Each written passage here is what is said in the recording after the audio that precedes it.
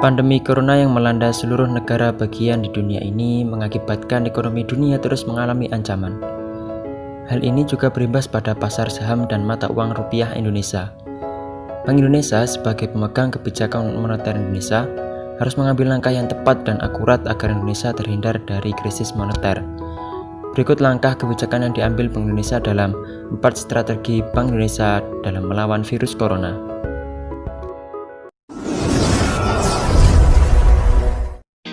Intensitas triple intervention. Di dalam pasar spot, Bank Indonesia biasanya untuk menjaga nilai rupiah ketika sedang ada mekanisme pasar adalah dengan mengguyur dolar. Tujuannya adalah untuk menutupi permintaan. Di dalam pasar obligasi, secara year to date, Bank Indonesia telah membeli surat berharga dari pasar sekunder sebesar 103 triliun rupiah dan 80 triliun dibeli sejak penyebaran virus corona yang membuat investor global melepas SPN itu. Dan yang terakhir adalah di NDF atau Domestic Non-Deliverable Forward, adalah transaksi yang lindung nilai yang serupa dengan transaksi derivatif valuta asing terhadap nilai rupiah, berupa transaksi forward dengan mekanisme fixing yang dilakukan di pasar domestik. Sebenarnya kebijakan intensitas triple intervention ini sudah sering dilakukan Bank Indonesia di tengah mekanisme pasar. BI pun juga tidak sembarangan dalam menetapkan kebijakan ini, hanya sekedar meningkatkan volume intervensi tersebut. Karena kalau kebanyakan juga akan dapat menggerus cadangan devisa negara dan dapat merugikan negara. Dilansir dari laman resmi Bank Indonesia, Maret 2020 secara year to date, Bank Indonesia telah melakukan kebijakan triple intervention di mana pembelian SBN di pasar sekunder mencapai 162 triliun rupiah.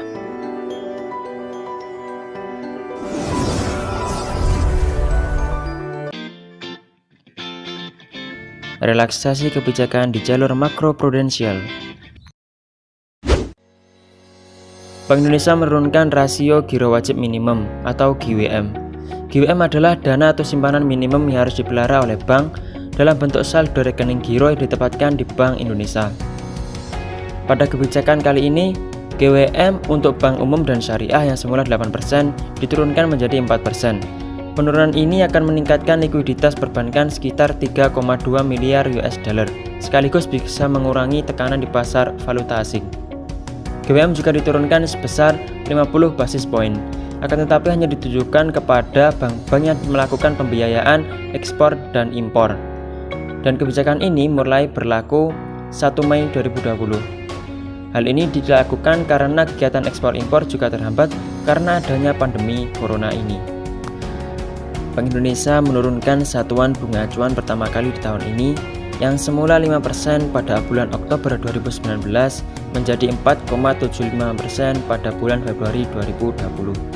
Dan yang terakhir, pada bulan Maret 2020, Bank Indonesia kembali menurunkan satuan bunga acuan menjadi 4,5%. Penurunan suku bunga acuan ini bukan hanya terjadi di Indonesia. Bank sentral negara lain seperti Cina, Rusia, Turki, Australia, dan Amerika juga melakukan hal yang sama.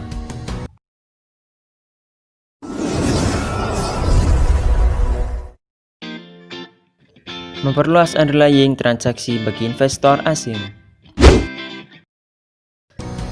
Bank Indonesia dalam rangka lindung nilai atas kepemilikan rupiah. Kebijakan underlying ini berlaku untuk setiap transaksi valuta asing terhadap rupiah dan wajib dipenuhi untuk melakukan netting dengan transaksi penjualan di atas 1 juta US dollar. Bisa untuk perdagangan, barang dan jasa, investasi, berupa investasi langsung, portofolio, pinjaman modal, dan investasi-investasi lain baik di dalam maupun di luar negeri. Selain itu, Bank Indonesia juga memberikan kebijakan kepada investor global untuk dapat menggunakan bank kustodi global dan domestik dalam melakukan investasi di Indonesia.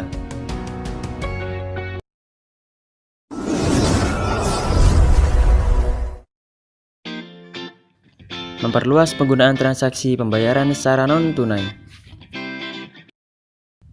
Dalam mitigasi dampak COVID-19 ini, Bank Indonesia meningkatkan berbagai instrumen kebijakan sistem pembayaran. Yang pertama, mendukung program pemerintah dalam percepatan penyaluran program-program bantuan sosial secara non-tunai kepada masyarakat bersama penyelenggara jasa sistem pembayaran atau PJSP.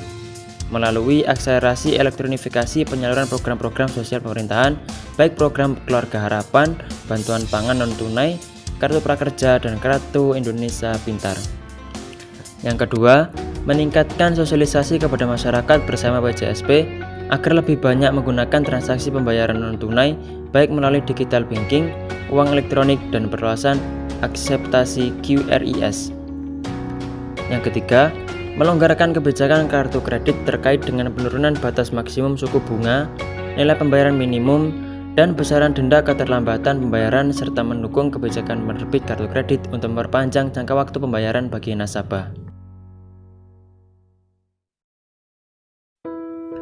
Itulah tadi kebijakan-kebijakan yang ditempuh Bank Indonesia untuk menstabilkan ekonomi Indonesia, mulai dari saham, valuta asing, nilai rupiah, sampai perluasan penerapan pembayaran non-tunai.